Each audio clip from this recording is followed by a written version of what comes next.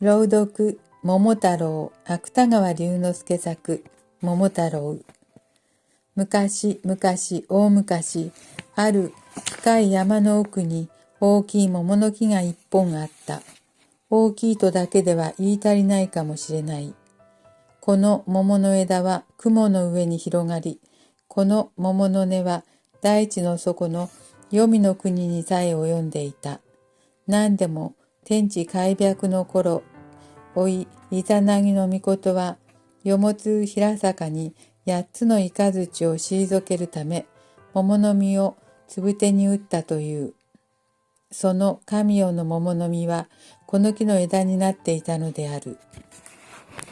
この木は世界の夜明け以来、1万年に一度花を開き、1万年に一度実をつけていた。花は深紅の絹笠に黄金の吹を垂らしたようである。実は実もまた大きいのは優を持たない。が、それよりも不思議なのは、その実は種のあるところに美しい赤子を一人ずつ、おのずからはらんでいたことである。昔々大昔、この木は山谷を覆った枝にるいるいと実を綴ったまま、静かに日の光に浴していた。1万年に一度結んだ実は、1000年の間は知恵落ちない。しかしある寂しい朝、運命は1羽のヤッタカカラスになり、さっとその枝へ下ろしてきたと思うと、小さい実を一つついばみ落とした。実は雲霧の立ち上る中に、はるか下の谷川へ落ちた。谷川はもちろん、峰々の間に、白い水煙をなびかせながら、人間のいる国へ流れていたのである。この赤子をはらんだ実は、深い山の奥を離れた後、どういう人の手に拾われたか。それは今更話すまでもあるまい。谷川の末には、おばあさんが一人、日本中の子供の知っている通り、芝刈りに行ったおじいさんの着物か何かを洗っていたのである。桃から生まれた桃太郎は、鬼ヶ島の成敗を思い立った。思い立ったわけはなぜかというと、彼はおじいさんやおばあさんのように、山だの川だの畑だの仕事に出るのが嫌だったせいである。その話を聞いた老人夫婦は、内心このわんぱく者に愛想を尽かしていた時だったから、一刻も早く追い出したさに、旗とか太刀とか陣羽織とか出陣の支度に入り用のものは言うなり次第に持たせることにした。のみならず途中の表領には、これも桃太郎の注文通り、きびだんごさえこしらえてやったのである。桃太郎は意気揚々と鬼ヶ島成敗の道に登った。すると大きい野良犬が一匹、飢えた目を光らせながら、こう桃太郎へ声をかけた。桃太郎さん、桃太郎さん、お腰に下げたのは何でございます？これは日本一のきびだんごだ。桃太郎は得意そうに返事をした。もちろん実際は日本一かどうか、そんなことは彼にも怪しかったのである。けれども、犬はきびだんごと聞くと、たちまち彼のそばへ歩み寄った。一つください。お供しましょう。桃太郎はとっさにそろばんを取った。一つはやられぬ。半分やろう。犬はしばらく強情に一つくださいを繰り返した。しかし桃太郎は何と言っても半分やろうを撤回しない。こうなれば、あらゆる商売のように、所詮持たぬ者は持った者の意思に服従するばかりである。犬もとうとう探索しながらきびだんごを半分もらう代わりに、桃太郎の友をすることになった。桃太郎はその後犬の他にも、やはりきびだんごの半分を餌食に猿やキジを家来にした。しかし彼らは残念ながらあまり仲の良い間柄ではない。丈夫な牙を持った犬は育児のない猿をバカにする。きびだんごの感情に素早い猿はもっともらしいキジをバカにする。地震学などにも通じたキジは頭の鈍い犬をバカにする。こういういがみ合いを続けていたから、桃太郎は彼らを家来にした後も一通り骨の折れることではなかった。その上猿は腹が減るとたちまち不服を唱え出した。どうもきびだんごの半分くらいでは鬼ヶ島成敗の友をするのも考えものだと言い出したのである。すると犬は吠えた蹴りながらいきなり猿を噛み殺そうとした。もしキジが止めなかったとすれば、猿はカニの仇討ちを待たず、この時もう死んでいたかもしれない。しかしキジは犬をなだめながら猿に主従の道徳を教え、桃太郎の命に従えと言った。それでも猿は道端の木の上に犬の襲撃を避けた後だったから、容易にキジの言葉を聞き入れなかった。その猿をとうとう特進させたのは、確かに桃太郎の手腕である。桃太郎は猿を見上げたまま、日の丸の扇を使い、わざと冷ややかに言い放した。よしよし、では、友をするな。その代わり鬼ヶ島を成敗しても宝物一つも分けてやらないぞ。欲の深い猿は丸い目をした。宝物？へえ、鬼ヶ島には宝物があるのですか？あるどころではない。何でも好きなものの振り出せる打ち出の小槌という宝物さえある。ではその打ち出の小槌からいくつもまた打ち出の小槌を振り出せば一度に何でも手に入るわけですね。それは耳寄りな話です。どうか私も連れて行ってください。桃太郎はもう一度彼らを共に鬼ヶ島成敗の道を急いだ。鬼ヶ島は絶海の孤島だったが、世間の思っているように岩山ばかりだったわけではない。実はヤシのそびえたり、極楽鳥のさえずったりする美しい天然の、楽土だった。こういう楽土に生を受けた鬼はもちろん平和を愛していた。いや、鬼というものは元来我々人間よりも強楽的に出来上がった種族らしい。小太りの話に出てくる鬼は一晩中踊りを踊っている。一寸法師の話に出てくる鬼も一死の危険を顧みず、物詣の姫君に見とれていたらしい。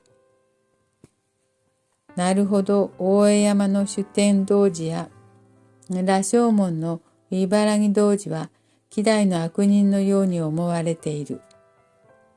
しかし、茨城童子などは我々の銀座を愛するように、朱雀王子を愛するあまり、時々そっと羅生門へ姿を現したのではないだろうか。主天童子も大江山の岩屋に酒ばかり飲んでいたのは確かである。その女人を奪っていったというのは、真意はしばらく問わないにしろ、女人自身の言うところに過ぎない。女人自身の言うところをことごとく真実と認めるのは、私はこの20年来、こういう疑問を抱いている。頼光や四天王王はいずれも多少気違いじみた女性崇拝家ではなかったであろうか。鬼は熱帯的風景の中に琴を弾いたり踊りを踊ったり、古代の詩人の歌を歌ったり、すこぶる安穏に暮らしていた。そのまた鬼の妻や娘も旗を折ったり、酒を醸したり、蘭の花束をこしらえたり、我々人間の妻や娘と少しも変わらずに暮らしていた。ことにもう髪の白い牙の抜けた鬼の母はいつも孫の森をしながら我々人間の恐ろしさを話して聞かせなどしていたものである。お前たちもいたずらをすると人間の島へやってしまうよ。人間の島へやられた鬼は昔の主天同士のようにきっと殺されてしまうのだからね。人間というものかい？人間というものは角の生えない生白い顔や手足をした何とも言われず気味の悪いものだよ。おまけにまた人間の女と来た日にはその生白い顔や手足へ一面に鉛の甲をなすっているのだよ。それだけならばまだ良いのだがね。男でも女でも同じように嘘は言うし、欲は深いし、焼きもちは焼くし、うぬぼれは強いし、仲間同士殺し合うし、火はつけるし、泥棒はするし、手のつけようのないけだものだよ。桃太郎はこういう罪のない鬼に建国以来の恐ろしさを与えた。鬼は金棒を忘れたなり、人間が来たぞと叫びながら、ていていとそびえたヤシの間を右往左往に逃げ惑った。進め進め、鬼という鬼は見つけ次第、一匹も残らず殺してしまえ。桃太郎は桃の旗を片手に、日の丸の扇を打ち振り、犬、猿、キジの3匹に号令した。犬、猿、キジの3匹は仲の良い家来ではなかったかもしれないが、飢えた動物ほど中庸無双の兵卒の資格を備えているものはないはずである。彼らは皆嵐のように逃げ回る鬼を追い回した。犬はただ一噛みに鬼の若者を噛み殺した。キジも鋭いくちばしに鬼の子供を突き殺した。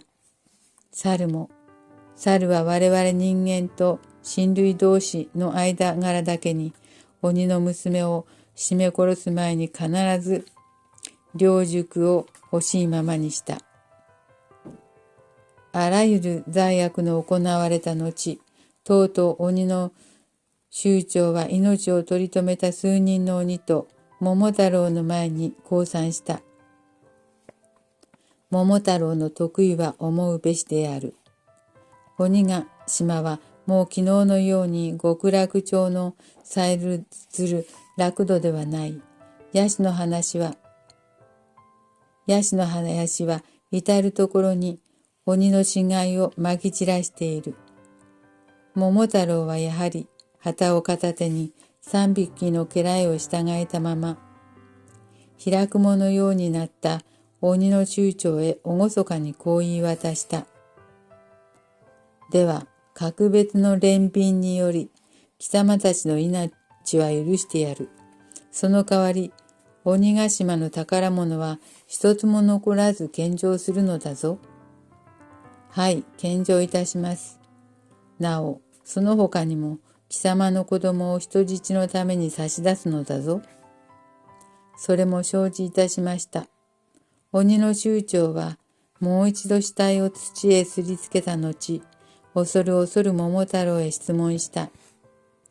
私どもはあなた様に何か無礼でもいたしたため、ご成敗を受けたことと存じております。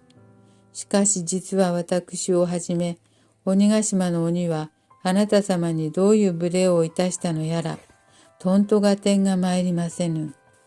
ついては、その無礼の次第をお明かしくださるわけには参りますまいか。桃太郎は悠然とうなずいた。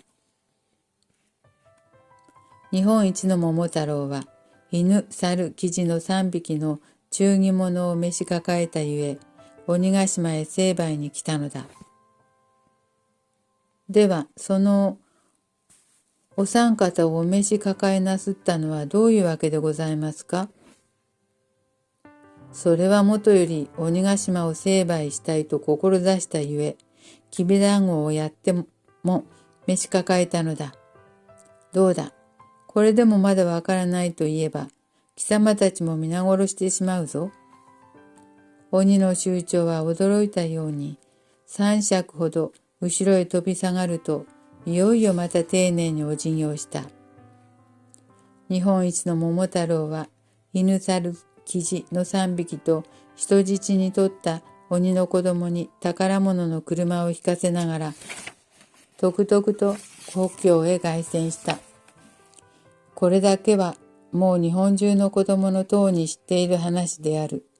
しかし、桃太郎は必ずしも幸せに一生を送ったわけではない。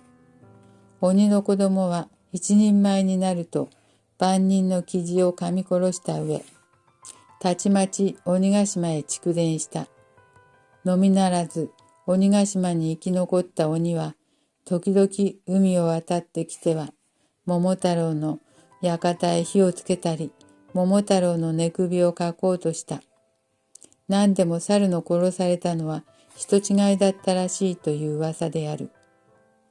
桃太郎はこういう重ね重ねの不幸に短足を漏らさずにはいられなかった。どうも鬼というものの執念の深いのには困ったものだ。やっと命を助けていただいたご主人の大恩さえ忘れるとはけしからぬやつでございます。犬も桃太郎の10面を見ると悔しそうにいつもうなったものである。その間も寂しい鬼ヶ島の磯には美しい熱帯の月明かりを浴びた鬼の若者が5、6人、鬼ヶ島の独立を計画するため、ヤシの実に爆弾を仕込んでいた。優しい鬼の娘たちに恋をすることさえ忘れたのか、黙々と、しかし嬉しそうに茶碗ほどの目の玉を輝かせながら、人間の知らない山の奥に雲霧をかぶった桃の木は今日もなお昔のように類々と無数の実をつけている。もちろん桃太郎をはらんでいた実だけはとうに谷川を流れ去ってしまった。しかし未来の天才はまだそれらの実の中に何人とも知らず眠っている。あの大きいヤタガラスは今度はいつこの木の梢へもう一度姿を現すであろう。ああ、未来の天才はまだそれらの実の中に何人とも知らず眠っている。